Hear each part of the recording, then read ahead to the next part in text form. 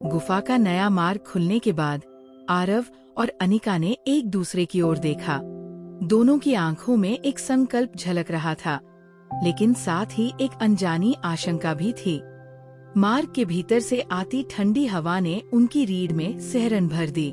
दोनों ने बिना कोई शब्द कहे एक साथ कदम बढ़ाए। जैसे जैसे वे गुफा के अंदर गहराई में बढ़ते गए, वहाँ का वातावरण और भी रहस्यमय होता गया। गुफा के भीतर की दीवारें अब न केवल चमक रही थी, बल्कि उन पर उभरी आकृतियां भी जीवित महसूस हो रही थी। हर कदम पर उन्हें ऐसा लगता था कि कोई उनकी हर हरकत पर नजर रख रहा है। कुछ देर बाद दोनों एक विशाल कक्ष में पहुँचे। यह कक्ष गुफा के बाकी हिस्सों से अलग था। इसकी दीवारें सुनहरी थीं और फर्श पर चमकदार क्रिस्टल बिखरे हुए थे। कक्ष के केंद्र में एक सिंहासन रखा था, जो काले पत्थर से बना हुआ था। उस सिंहासन पर एक अजनबी बैठा था। उस व्यक्ति ने काले कपड़े पहने हुए थे और उसकी आंखें चमकीली लाल थी।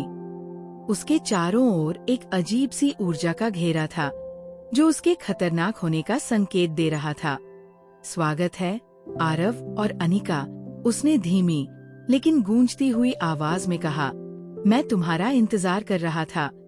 आरव और अनिका सतर्क हो गए।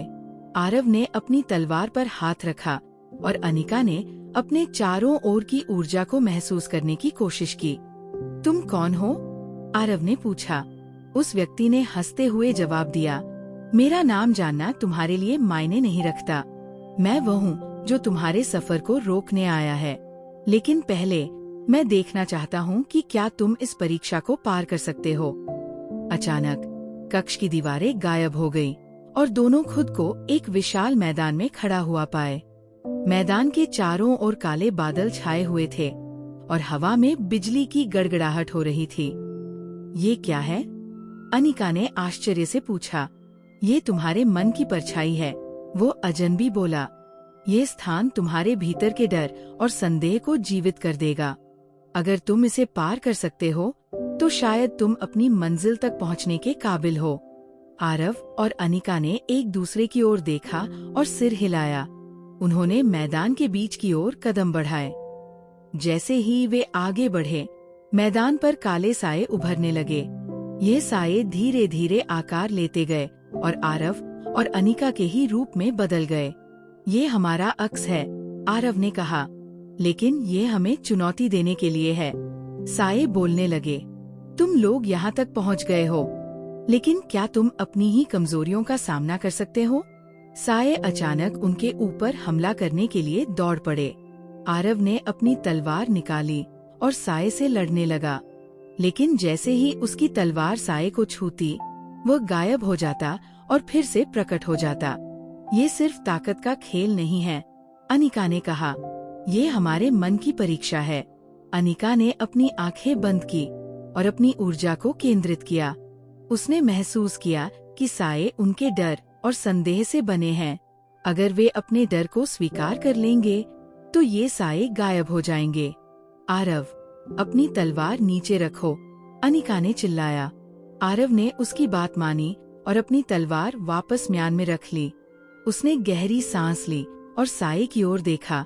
मैं जानता हूँ कि तुम मेरे डर हो, आरव ने कहा। मैंने अतीत में गलतियाँ की हैं, लेकिन मैं उन्हें स्वीकार करता हूँ। वे मुझे परिभाषित नहीं करती। साए धीरे धीरे फीके पड़ने लगे।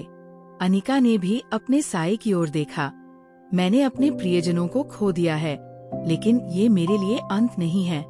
मैं उनके लिए आगे बढ़ूंगी। उसके साए भी गायब हो गए। जैसे ही साए गायब हुए, मैदान फिर से कक्ष में बदल गया। वो अजनबी सिंहासन पर बैठा हंस रहा था। तुमने इस परीक्षा को पार कर लिया, उसने कहा, लेकिन याद रखना, ये सिर्फ शुरुआत थी। तुम्हारे सामने असली चुनौतियां अभी बाकी है। आरव ने गहरी सांस ली।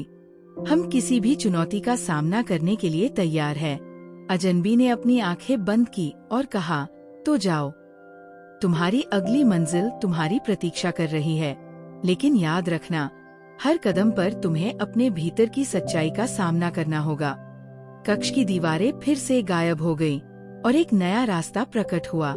आरव और अनिका ने उस रास्ते पर कदम रखा, ये जानते हुए कि उनकी यात्रा अब और भी कठिन होने वाली थी। अगले एपिसोड में आरव और अनिका की राह में कौन सी नई मुश्किलें आएंगी? क्या वे अपने भीतर की सच्चाई को समझने में सफल होंगे?